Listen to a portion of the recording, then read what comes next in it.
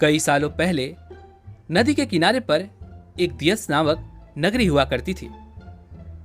इस नगरी में शासन करने वाला राजा बहुत मूर्ख था और वहीं पर राजा का जो मंत्री था वो बहुत चतुर था।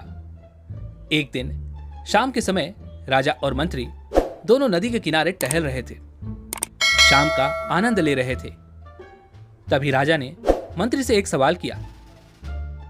मंत्री जी, क्या तुम मुझे बता सकते हो ये नदी किस दिशा में बह रही है और ये नदी बहकर कहाँ जाती है? हे राजन, यह नदी पूर्व दिशा की तरफ बहती है और यह पूरब देश तक जाती है। राजा ने कहा, मैं नहीं चाहता कि हमारे देश का पानी पूरब देशवासी इस्तेमाल करें। आप अभी के अभी इस नदी पर एक दीवार खड़ी करें और इस पानी को यहाँ से जाने से रोकिए।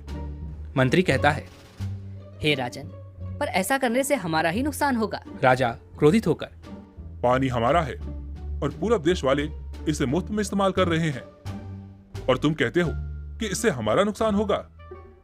इससे हमारा कोई नुकसान नहीं होने वाला। तुम जल्दी से जल्दी नदी में दीवार बनवाने का इंतजाम करो। मंत्री राजा की आज्ञा का पालन करते हुए कारीगरों को बुलाता है और नदी के पास दीवार बनवाने का काम शुरू कर देता है।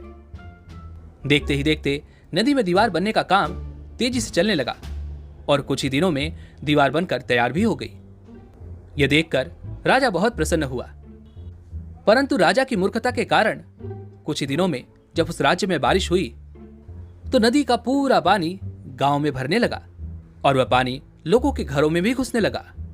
लोग बहुत परेशान हो चुके थे, हताश हो चुके थे।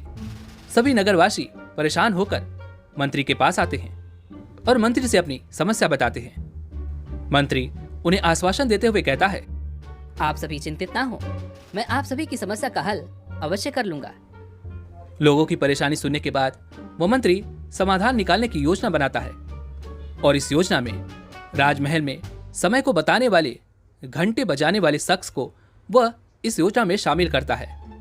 वह समय के अनुसार घंटा बजाता था, जिससे लोगों को यह पता चल पाता था कि आखिर कितना समय हो रहा है। मंत्री ने उसे कहा कि आज तुम प्रति घंटे की बजाय हर आधे घंटे में घंटा बजाना। मंत्री ने जैसा उसे कहा था उसने बिल्कुल वैसा ही किया। इसीलिए जब सुबह 3 बज रहे थे तो उसने 6 बार घंटा बजाया और 6 घंटे सुनकर राजा की आंख खुल गई। उसने सोचा कि सवेरा हो चुका है और साथ ही साथ सभी नगरवासियों को भी यही लग रहा था कि सुबह हो चुकी है। राजा अपने कक्ष से बाहर आता है और वहां मंत्री पहले से ही मौजूद था, किंतु बाहर अंधेरा देखकर राजा मंत्री से कहता है, क्या हुआ? अभी तक सूरज उदय क्यों नहीं हुआ है?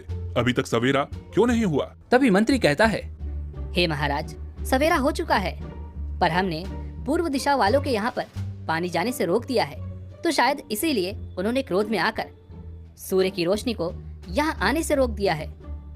इसलिए सूर्य तो उदय हुआ है, पर हमारे देश तक रोशनी नहीं पहुँच रही और ऐसा लगता है कि अब हमें हमेशा इसी तरह से अंधेरे में जीवन बिताना होगा। हमारे राज्य तक सूरज की रोशनी कभी नहीं पहुँच पाएगी। ये सुनकर राजा बहुत चिंता में पड़ गया और वह मंत्री से कहता है, तो क्या इसका कोई उपाय नहीं? इसके जवाब में मंत्री कहता है, हे महाराज, अगर आप नदी का पानी छोड़ देते हैं तो हो सकता है कि वो लोग सूरज की रोशनी भी छोड़ दें। इससे राज्य में फिर से एक बार रोशनी आ जाएगी और हम एक बार फिर से सवेरा देख पाएंगे। राजा ने मंत्री की बात मान ली और तुरंत ही उस दीवार को तोड़ने का आदेश दे दिया। राजा की आज्ञा पर सभी कारीगरों ने मिलकर उस नदी की दीवार को तोड़ दिया और तब तक सूरज निकलने का समय भी हो चुका था। जैसे ही सूरज की लालिमा पूरे राज्य पर छाई तो यह देखकर राजा बहुत खुश हुआ और मंत्री को इनाम देने की घोषणा भी कर दी।